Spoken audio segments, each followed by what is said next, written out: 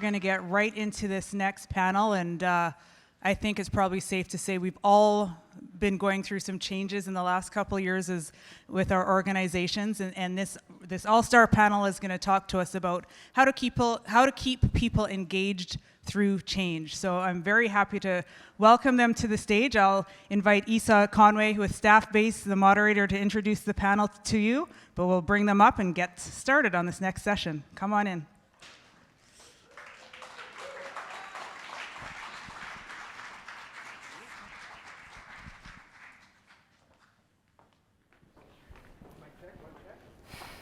How's everyone doing? All right. So, before we get started, of course, I want to give everyone a chance to introduce themselves. I'll go first. My name is Esau Conway. I'm a team lead with Staff Base on the CSM team on the East Coast, and super honored to be a part of this discussion today. So before we go into the questions, we're going to give everyone a chance to introduce themselves. We're also going to do an icebreaker. Now, I do not like the cliche fun fact, and it has nothing to do with the fact that my fact is probably not that fun, but we're gonna ask a different question. We're gonna go with go-to karaoke song. So, of course, I'll start, and my go-to karaoke song is I'll Make a Man Out of You by Mulan. It's a crowd pleaser, it gets everyone going. But yeah, so I'm gonna give everyone a chance to introduce themselves and we can get started. Thanks, Isa. I'm Lindsay Thiel. I lead global internal communications for Walgreens Boots Alliance, which is Walgreens' parent company, based in Chicago. I spent a lot of my career at GE. I know we have some GE friends in the audience. And I am mom to 2 kids. Adrian and I just learned we have kids of the same age, 6 and 3. And I'm so happy to be here today. My go-to karaoke song is Footloose.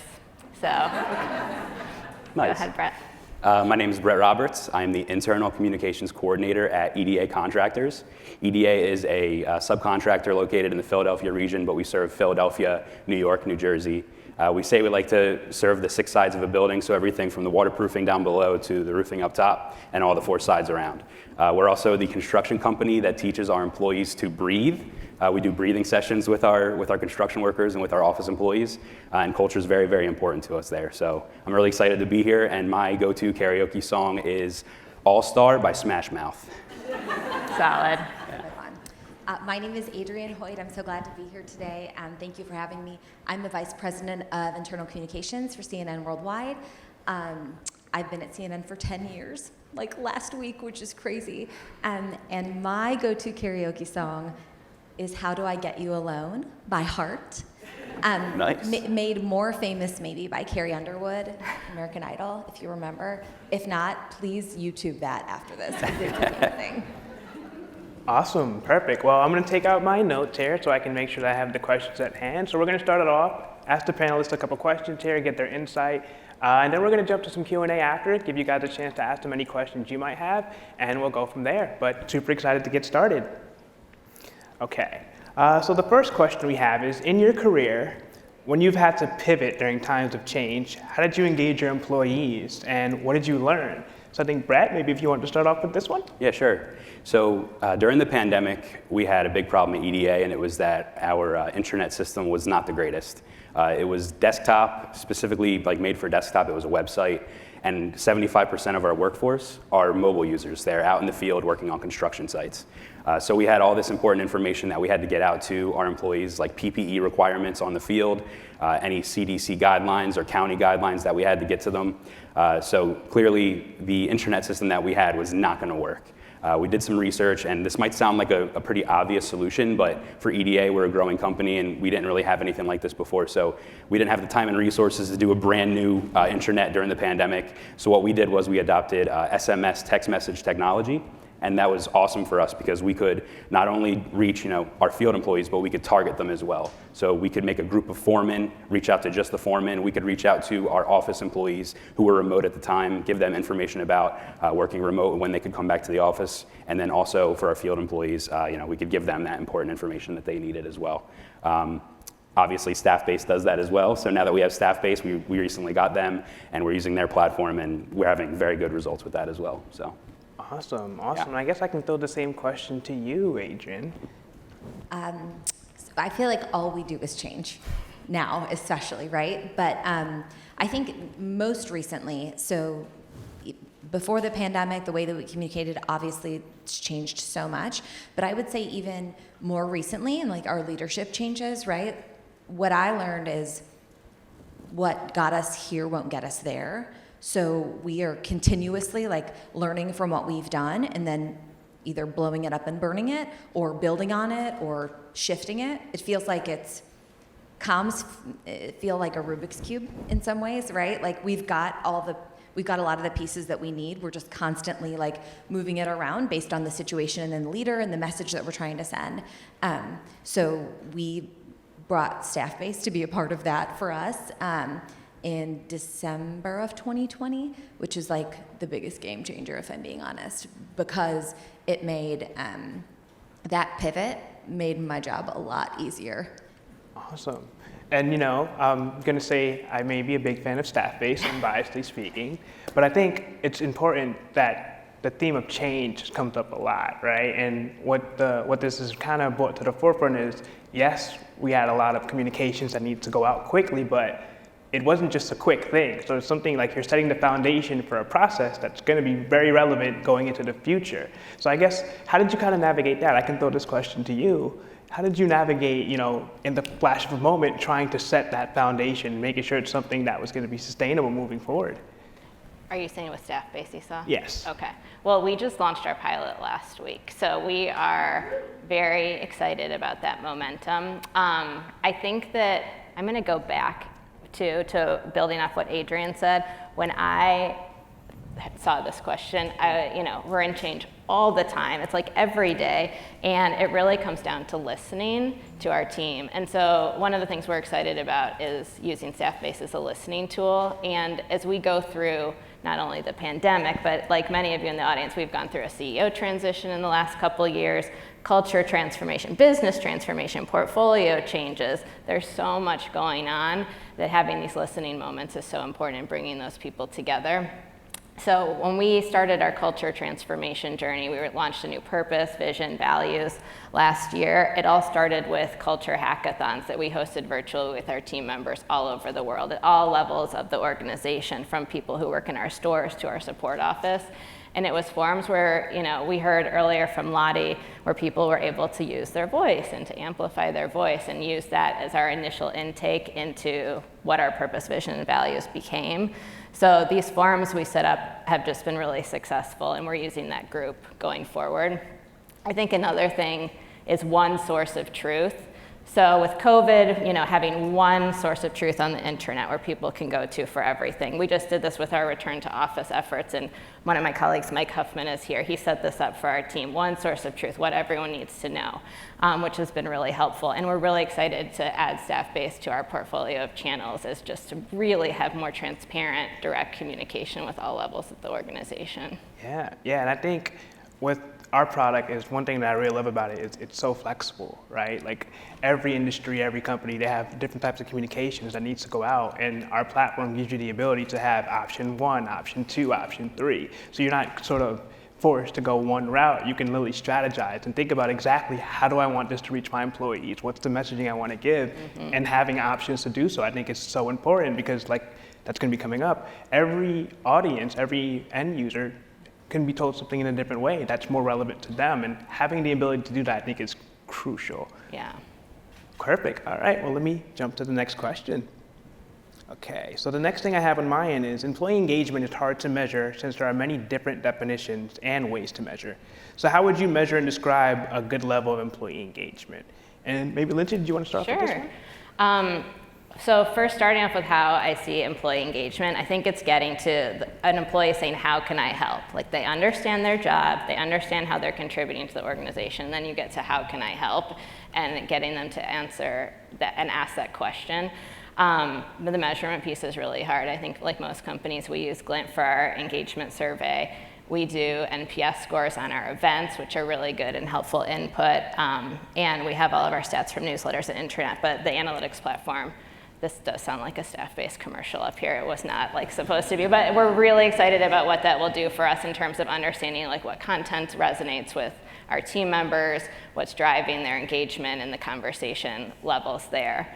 Awesome, awesome. And I guess maybe I can throw the same question to you, Adrian. Yeah, definitely. So I think what I observe is pre-pandemic, we measured, or one of the biggest measures of engagement was like how many people showed up to the things we did, right? So we have like a town hall with executives, or if it's a screening of a series, like how many people showed up. Okay, that's how. Okay, like it seemed very easy to measure, and it changed a lot, right? I think it changed for everybody. And what I see now is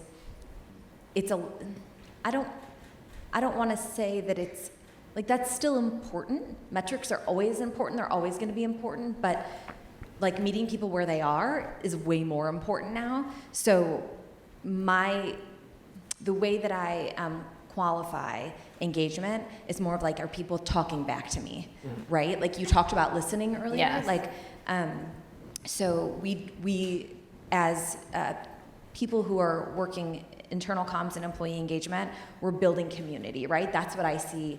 That's like one of my biggest jobs, right? To galvanize employees around our brand, around our mission, and showcase like this is why you want to keep working here, right? Like people don't stay in a job because they love the work necessarily, because you can do this job, X job, lots of different places. Yeah. But it's more around the people who are around you, right? And the community that you build.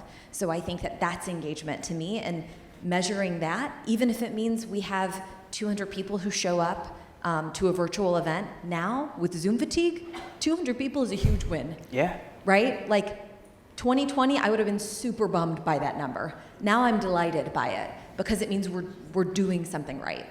Yeah, and I think it's important that you said that with just 200 people attending, right? Because now that everything is sort of in this virtual space, you got to pick and choose how you're going to measure things. So maybe it's an announcement that goes to the company. You don't expect everyone to comment on it, to like on it, but you want people to acknowledge that they've seen it. So that is how you would measure engagement on that post. Whereas, if you have a social wall where employees are posting something that's going on about their workday, you're going to measure the comments and the likes and the interaction on that. So trying to find that line where you're like, okay, how am I going to engage and measure this, and what do I think is going to be successful looking into that, has been a topic of conversation that has to be revisited. So I think it's important that you mentioned that. And then, of course, Brett, I want to give you the chance to answer as well. Yeah, I totally agree. I think that the qualitative ways of measuring engagement are, especially now, more important than the quantitative ways. So we do at EDA, we do surveys, and we do, surveys with a company called Energage, and they do all of our surveys for us.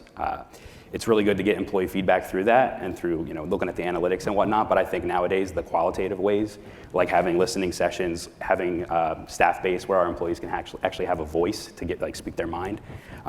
I think that is way more important nowadays than it was back then. I will say the quantitative really helps with what was talked about earlier in terms of budget. Like if you can show those values, and I think the qualitative feedback that we find super valuable is when it comes from leaders. Like, oh, I got great feedback on this video I did or post. Like they're hearing it from somebody other than communicators, and that makes a difference. So that blend, as you guys were saying, is so powerful. For sure.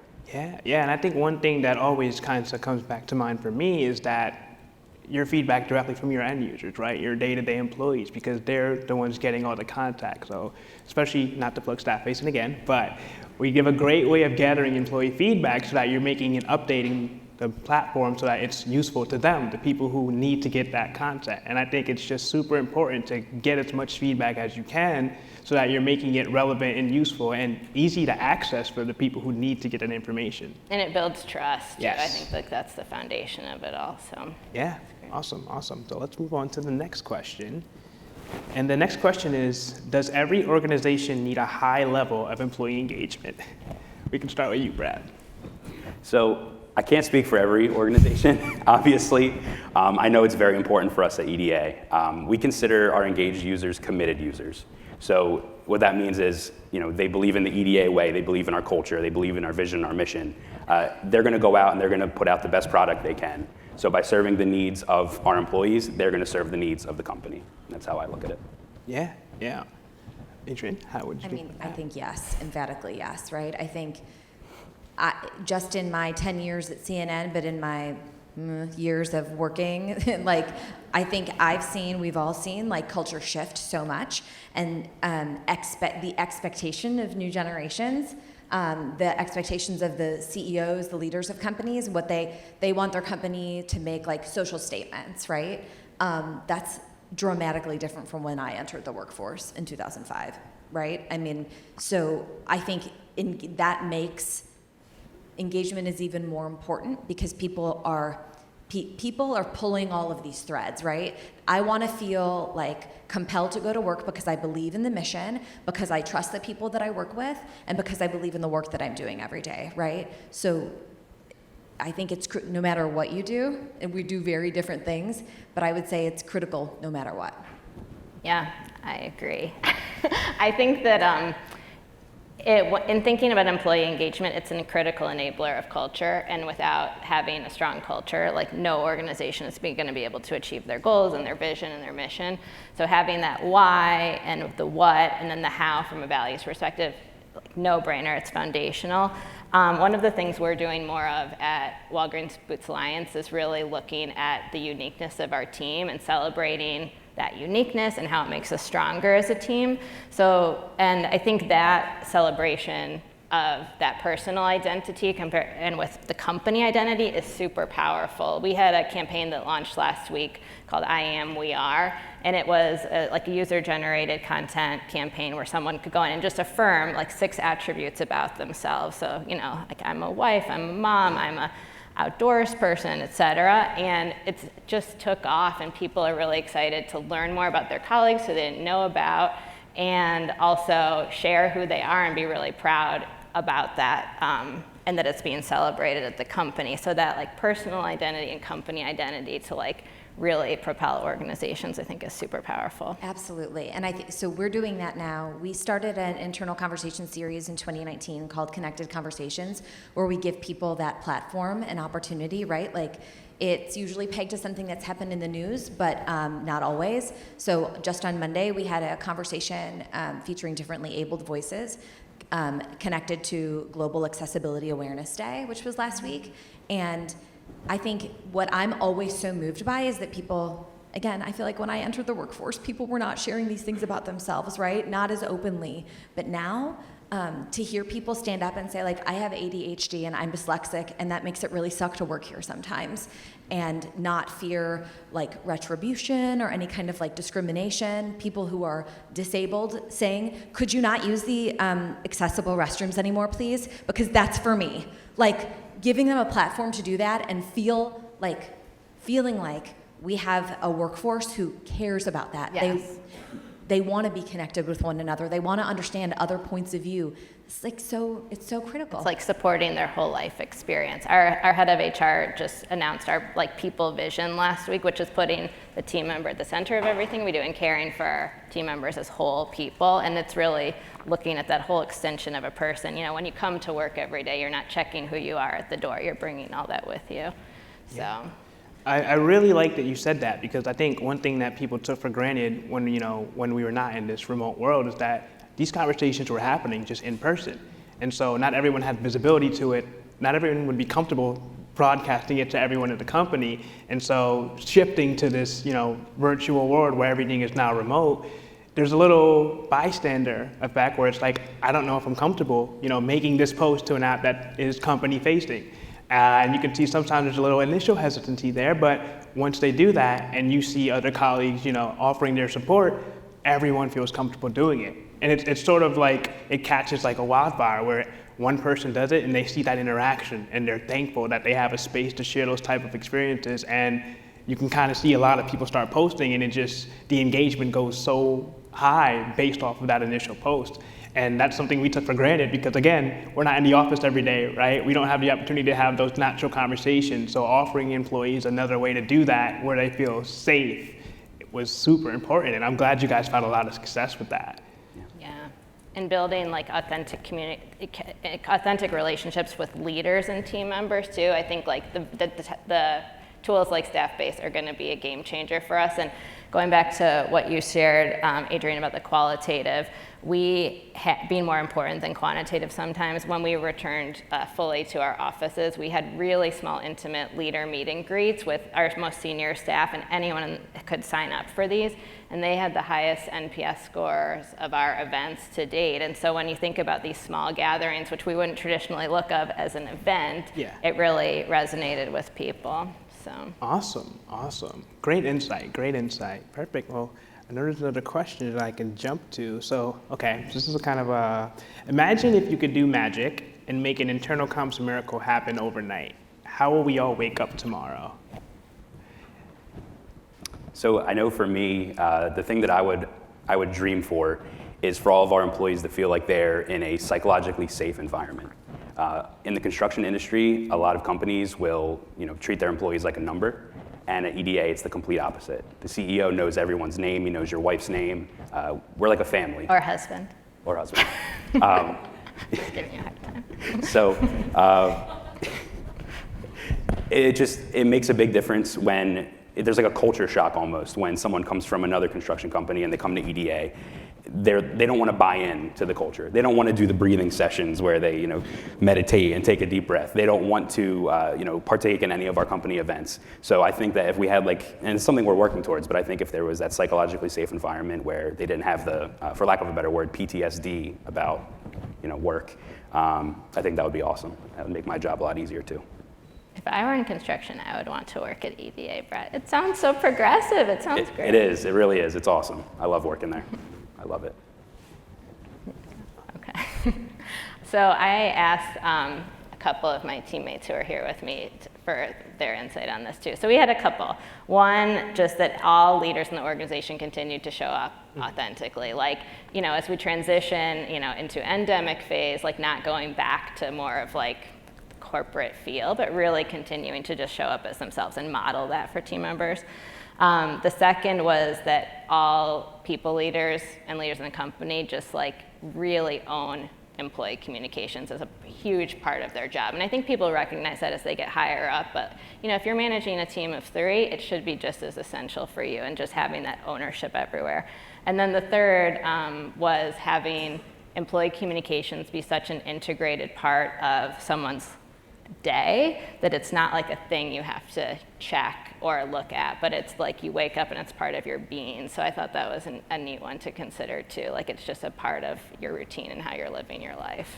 Yeah. I love that. I think that would be mine. I mean, I think that it already is. I guess I would hope that as you said, as we're in this endemic phase, I don't want for people to see our whether it's from CNN information or whatever, the boxes that we send from, I don't want them to cringe, oh my God, what is this now? Is it a different policy? Is it a different leader? We've had so much change. We have so much change fatigue, right? So I want it to just be like a welcome thing, And the other thing that I would say is, we have gotten into this space, and maybe some of your companies have too, where we've romanticized working from home to this degree that it's nauseating. I don't know if any of you remember, but what I remember was a really, really difficult 2020 and some of 2021, right? With very young children outside my door, screaming and crying while I was on meeting after meeting after meeting. I don't really want to go back to that. Fortunately, we're not really going to go back to that, but I think just looking at our workplace now and really fully embracing it's hybrid, right? So you don't always have to be anywhere, really embracing flexibility and diving into what that means and our leaders buying into it.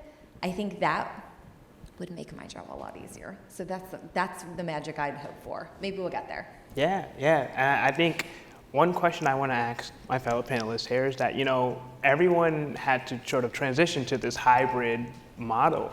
How did that look for your companies? How long did it take to get comfortable with this new hybrid model? What did that look like? Well, before the pandemic, Walgreens culture was very much in office, FaceTime oriented. And this was a situation too where we did a lot of listening with our team. We did a whole survey around the world, getting feedback around what people were looking for and the flexibility. And that was our strongest proof point when we were getting support for our hybrid work model with leadership. And our leadership has been incredibly supportive in leading this as well. But we have a very flexible approach where it's based on your role, your life, and what you align on with your manager in terms of how you show up. So it's literally different for each person. Like you could come in and then leave at 3 one day, like every 2 weeks or whatever. It's really different, and it's really built around the moments in time where you want to be connecting in person with other people. Awesome. How about you, Brad? Yeah, so our construction guys and men and women were out in the field. They were considered essential, so they kept working throughout the whole pandemic. Us in the office, we did switch to a hybrid approach. It was weird because before we have a policy where you could bring your dogs to the office. So not only would you see people every day, you'd see dogs and you'd hear barking, you'd hear people talking, having meetings, and then all of a sudden there was nothing. So it was a big adjustment for us, and we're starting to move back into the office now. So the dogs are soon to come back. The dogs are starting to come back. Awesome. Yeah. Awesome. So we did it at we did it very quickly, right? We had to by virtue of what we do. I think spinning up in-home studios for our key anchors, like I am just constantly amazed at all of our technical operations people and our production people. These are like the unsung heroes of everything that we do, truly, because like just whipping up like several in-home studios in a matter of like hours, that's unbelievable. And for it to be broadcast quality, in some ways, right? They're still dogs. I still actually love the thought of like seeing Anderson at home, because it's just like, we're all really the same. Not really, but we're all really the same, right? We're all trying to just figure this out. We were able to do it really quickly. We had to do it really quickly. We also had lots of people in the field, lots of people who stayed in the office and never had the option to leave. Yeah, we're all common like that, because obviously we had pharmacists and stores on the front line, and so there's like that tension of like, how do you model in your support offices and support the people who are in the line of work out there every day, especially in the height of the pandemic. It's so hard, and I think, thankfully, with a worldwide company, we were already, from a technology standpoint, we were enabled to, we use WebEx, everyone hop on the WebEx again. I think that everyone had to figure out, no matter how great your technology was though, like you had to figure out, what does this look like now? We paused internal engagements for a while because we were like everyone else, how long is this really gonna last? We were like, okay, well, maybe, we had a 40th anniversary in June of 2020. We had planned a huge party. We were gonna have Ted Turner come to the party. We were so excited. And then by May, we figured we probably need to figure out another plan, right? Yeah. Yeah, a lot of things had to change on the fly, and it's always interesting to see how, different industries kind of navigated through that. But definitely interesting to hear that insight. Thank you so much. So I do want to leave some time for some Q&A from the audience and give everyone a chance to ask the questions you want to ask. So I'm guessing we can move to that portion now. So let's see. Does anyone have any questions for the panel? And I already see a hand up there. So we'll have someone coming up to you with the mic, and you can ask away. Hi, my name's Catherine. I'm with a company called Odie from Cleveland, Ohio, and I wanted to ask, we totally agree with engagement and want to hear more from our associates from our manufacturing floor, but also from our offices all over the world. How do you then, what are some of the tactics, or how do you manage when engagement might go wrong? And would love to hear how maybe you've had to kind of steer conversation or how to interject when engagement and social conversations happen that maybe you don't want to have on your employee intranet. It's hard. I haven't had that instance on like an employee intranet, but we've had like live questions posed to executives or talent, and I think what I hope, like something that I took away from one of the earlier sessions was like training your managers to. We do a lot of like PR training for people who are external facing, but we don't do a lot of training to like help people remember that it's not great to say you guys, even though I'm from Chicago and it feels like that's so deeply embedded in me, but we've got to make changes, right? What I try to equip my leaders with, or like people that are going to be on panels like this, is it's totally okay to say, I don't know. And it's also totally okay to say, yeah, that sucks. I'm so sorry, whatever, right? Like controversial comment or like something biting against the company in a public way, like that's really hard. I don't think you should run from it. And, ooh, we learned this. Don't try to edit it out. If you record it, leave it. It makes people uncomfortable and it makes people think, okay, that's okay. Don't run from it. Also, if one person's thinking it, there's a lot of other people thinking it, right? So. I literally think that was the perfect answer. They said it better. Nailed it. Perfect. And I guess if we're just looking around and see, oh, there's someone else right there. Perfect. Sure. And hey, all, I'm Mark Tarantelli from GE. And my question for each of you, if you don't mind, what is like an example where you really nailed getting to field reporters, folks on a job site, counter workers? Like, what's that one change, swing, and hit that just seemed to cut through and answer like why it mattered to them and help those communities out there? So the question mark is how, like a way that we reached our field team members? Okay.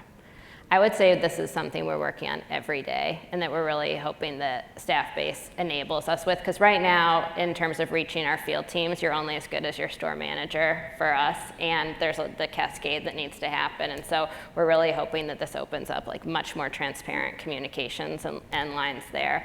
One of the things our CEO, Roz Brewer, who's been on with us for about 15 months now, she's asked her executive leadership team, so the highest levels of the company, to go visit stores every week and be in there talking with our team members. And that's been a huge game changer, just bringing our leadership really close to our stores and what's actually happening, because that is the culture when you think about it. It's the day in and day out of our teams there. So it's those really high touch in person, and then we're hoping the staff base is like a very transparent and effective channel for us to reach people more directly.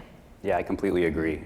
For us, going to the job sites, actually getting in there, so it doesn't matter if it's a waterproofing job and we're underneath a hospital, my team's going out there and we're talking with our employees. It doesn't matter if we're on a roof like this, and we're all harnessed in, we're going up there and we're talking to our employees.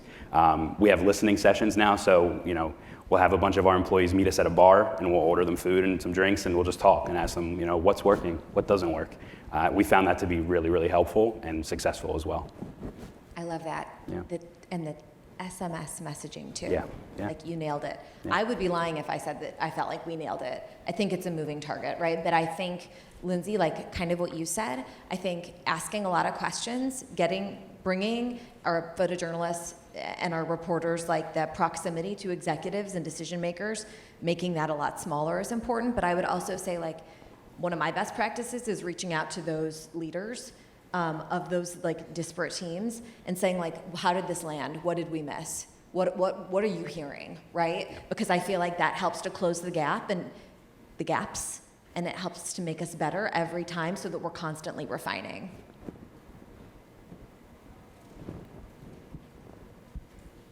Hi, I'm Brooke from GE.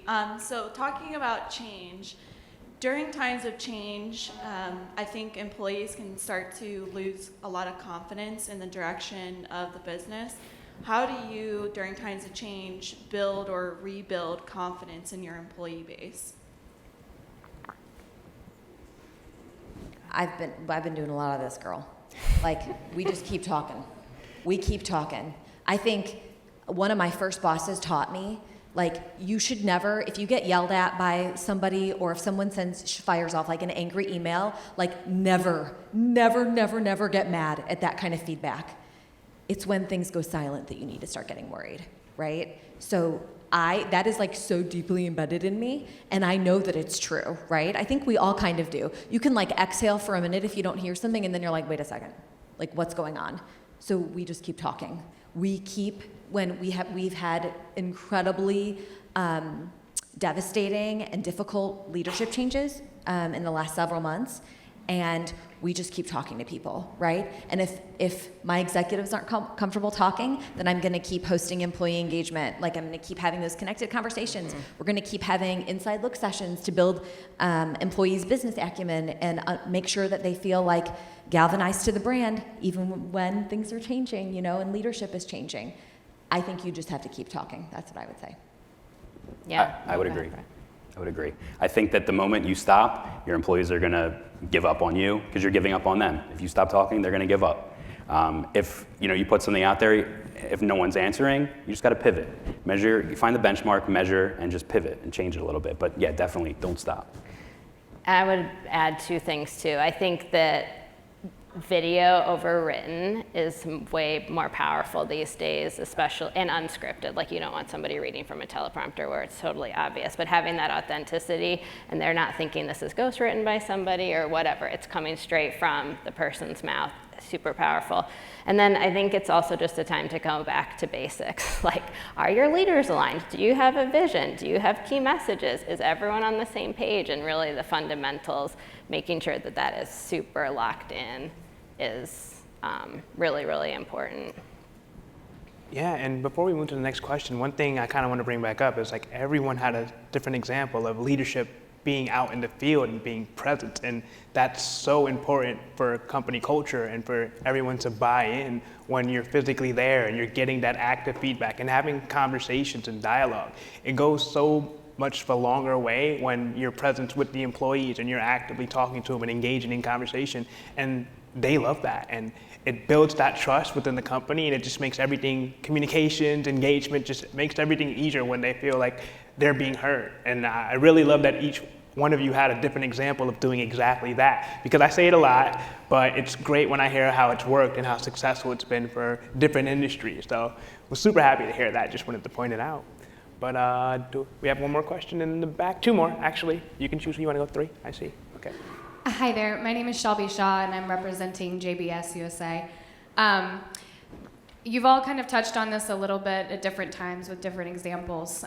They say storms make trees take deeper roots, and in my company, the pandemic especially sort of made us dive deeper into our culture rather than causing it to evolve into maybe a more progressive business model or work from home style or anything like that. How have you specifically acted as those change leaders within your companies, and what has that impact looked like? I would go back to what Lottie said about amplifying the voice of the team member. I think that we're in positions that we have that, true empowerment to say what's on our minds, tell our leaders what we're hearing, and be very truthful in that. And if, from my perspective, it's just being very, very direct, and especially if things are negative, and letting people know, and then coming forward with some ideas and solutions. So that's where I would start. I agree. And I would say too, like in my experience, I think it's being a lot more like comfortable with your own voice, right? But like being a lot more aggressive with like executive positioning. Like it's something that we sit at such a like interesting intersection, like within the company, like with leaders, that I found that there were times in the past where I felt like, I mean, we really shouldn't be doing that, but I wouldn't say anything because I knew that that wasn't the leader's opinion, right? And now I kind of feel like this is what you're paying me for, right? So like several months ago, I had a leader say to me, like, no, I don't agree with you. We're not going to do that. But don't stop saying that stuff to me, right? Like, and I'm not afraid of hearing no. Like, I don't think any of us would be afraid of hearing no, right? So I think that it's like being confident in your voice and your instincts, you know what I mean? Because when what you sense and what you hear from the position that you sit in it's rare, and it's, I don't know, I think that you should like leverage that, right? And use it and like use it to help your executives and use it to help the employees. It sounds that you're in a very traditional company, which that can be very exhausting. In our culture transformation, like we are going from much more traditional to much more like flat and transparent overall, and like it can be exhausting to be the only person with that voice, and so that's like just take care of yourself too. Yeah, and find advocates. Find your allies and your advocates, people that you can link arms with, like maybe not physically, but you know what I mean? Like, because I think that those people also that's your tribe. Like you need them, right? Awesome, perfect. Well, I've had a great time having a discussion with you guys. I think we are at time for today, but I do want to take a moment and just give another round of applause for my great fellow panelists here who had a great conversation. Perfect.